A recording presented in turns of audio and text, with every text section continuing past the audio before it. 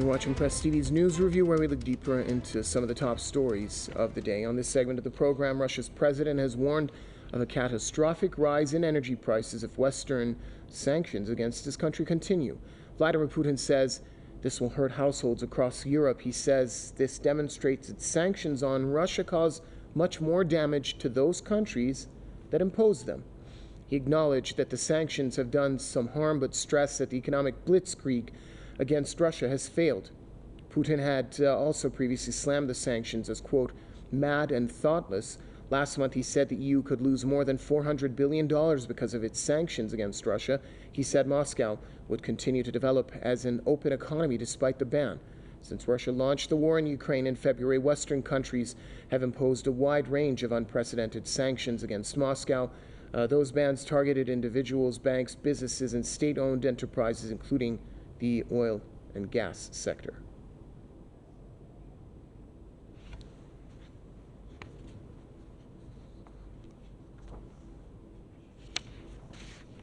Joining us on this edition of the News Review, we have radio producer and political commentator Frank Emspak joining us from Madison, and also we have author and commentator John Stepling joining us from Inderøy, Norway. Mr. Emspak, in Madison, first of all, walk us through the recent comments or warnings, basically, by the Russian president, who said that there will be, in fact, a catastrophic rise in energy prices if these Western sanctions against Russia continue. Well, that's his hope. There's already been a substantial increase in energy prices, but you know, there are winners and losers here. The winners so far have been an increase in energy prices, which has benefited Russia so far, and Norway, I might add, and Venezuela, and the Saudis, and the United States has been a huge winner here, as have been each of the major multinational fossil fuel companies. Shell Oil today had just announced that they were going to probably get another $1 billion of profits because of refinery issues. They have a huge demand. The consumers in the United States, of course, have had a hit in gas prices, but the real hit has been in Western Europe, or what it was called Western Europe, particularly Germany, where they said they were going to have to put in $50 billion to help support the fuel companies, and where there are fuel shortages, there's gas shortages, huge increases in prices, and it's certainly put an economic strain on what used to be, you know, the Western bloc, so to speak. Clearly, the British are in a squeeze, as are the French and the Germans and the Italians. So there's definitely been a cost there. There's no question about that. But so far, the cost has not reflected itself in a major move to change the NATO policy of extreme support and aggression vis-a-vis Russia, nor has the overall political agenda changed. The United States has been extremely clear about what we want to do, what our country wants to do in terms of Ukraine and Russia, which is weaken Russia to the point of instability, to support Ukraine to the max. And so far, even though there has been some questions by the Europeans, there's certainly not been any major challenge to that, in spite of the huge economic costs that they are bearing. But the United States, as a country, and the major defense plant companies here are reaping a phenomenal financial gain so far. Sure. John Stepling, I want to get your thoughts on the recent comments from the Russian president. He basically said that the sanctions on Russia will be causing much more damage to those countries that have imposed them. And he also stressed that the quote-unquote economic blitzkrieg against Russia has at this point failed. What do you think? I think he's basically right. What your other guest outlined is pretty much an accurate picture of things. I mean, gas prices across Europe have doubled in the last year. They're extraordinarily high in Norway here right now. They're high throughout Scandinavia.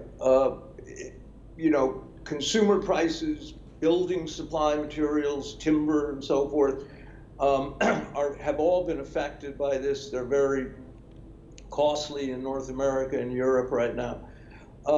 It's very strange though, because we're also seeing protests in Italy. We have the farmers' protest in the Netherlands because of this completely sort of irrational policy implemented by the Dutch PM Mark Rutte, who was another, graduate of the World Economic Forum Young Leaders group that Justin Trudeau being the other most noteworthy graduate. The farmers, of course, can't afford to. They won't survive if they adhere to these cuts and sanctions by the government. So I don't know what the outcome there is, but that's a precursor to what we're going to see in other European countries, because the economy, like in Germany, is sort of fallen off a cliff. We're going to see the effects of this war start to spike and reach a very acute state soon. And the U.S. continues. The U.S. is spending something like $100 million a day or something in this Ukraine war. They just keep funneling money and weapons and training, and there seems to be no end in sight. As somebody said, they're going to fight till the last Ukrainian. Other countries are sending weapons and training and support as well, but no soldiers. There are U.S. soldiers in Ukraine. And as your other guest said, the U.S. has said since 2014, they have been saying they want regime change in Moscow. And then the other day, Blinken and I forget who else made a statement that China poses an existential threat to the United States. They're there to steal your technology and so forth. The U.S. is acting very desperately in a sense, and they're terrified that the dollar will stop being the reserve currency globally. The BRICS terrifies Wall Street. So we're seeing a kind of desperate and panicky U.S. administration right now. But on the other hand, there's lots of money being made. This was always going to be the plan. The propaganda is just reached unimaginable, surreal levels. The Russophobia and the accusations and so forth. And there's no left party in Europe that I can identify that has rightly called out the United States and NATO as the people that really fomented this conflict and instigated it and continue to inflame it. I mean, the U.S. is killing any possibility for diplomacy and any sort of diplomatic solution. They have made very clear they have no intention to allow that. And Zelensky and Ukraine go along with whatever the U.S. says, of course. So, right now, Russia has essentially taken control of Donbass. What happens after this is going to be interesting, because I'm not sure what strategies the United States / NATO have left, other than, the direct conflict with Russia, which I'm hoping they're not insane enough to see as a reasonable possibility. All right, gentlemen, stay with us as we're going to take a look at some online reactions to the latest developments.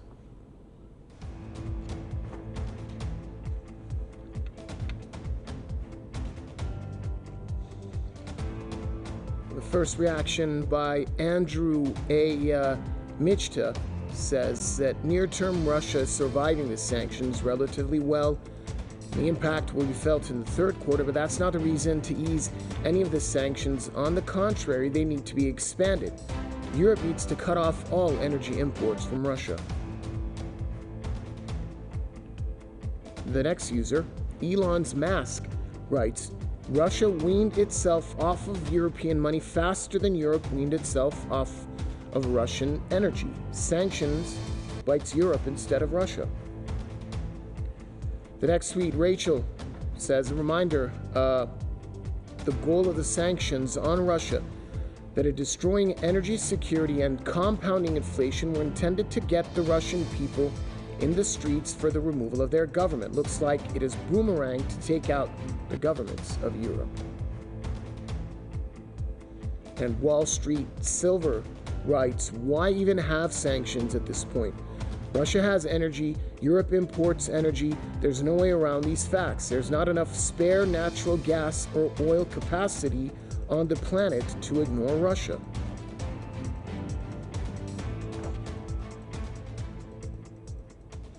Let's go back to our guests with some of those reactions, Frank Emspak. Let's start with that final reaction. Why even have sanctions at this point? Well, I don't know why to have sanctions if that's the question. The sanctions are because that's the only thing we can do with short of a actual physical war. But I think we need to understand some of the things. This is one discussion. The other discussion is, what were the objectives of Russia in the first place? Their objectives in the first place were to prevent Ukraine from joining NATO. The net result so far is that Finland and Sweden have decided to join NATO. So it seems to me that the strategy that was initially at issue here didn't work for the Russians. And it's a real problem because now Zelensky, who in March made an attempt to talk to the Russians and internally in Ukraine was prevented from doing so, either by internal Ukrainian forces or by the United States. Now we're in what appears to be a war of attrition. And I think that's what what the United States government sees as a way of destroying the economy of Russia. That seems to be the objective. And so whether sanctions work or don't work, I don't think that's really crucial at this point. They didn't work. They didn't bring Russia to its knees in 6 months. They won't. They've never done anything like that. But yes, they are causing major disruption in the Western countries. All right. Mr. Stepling, we've got less than a minute left. I want to get your final thoughts as well. Well, I think you also have to look at what's going on in terms of the Great Reset, because that was a global economic restructuring project. And in one sense, we're seeing that happening right now in Europe. But you know, the Russian goal was to stop Ukraine joining NATO, but it was also to end the shelling of Donbass, which is something people tend to forget. The people of Donbass see Putin as stopping a war, not starting a war. And that, I suspect, is going to result in some kind of partition, and I don't think Russia has any intention of going further than securing the Donbass region.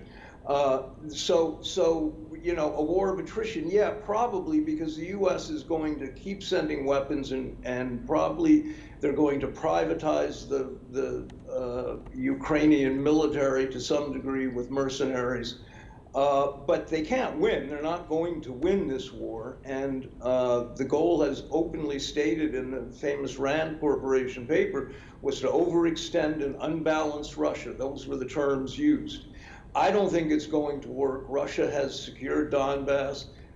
In spite of what the Western press tells you, the war has been successful from the Russian point of view.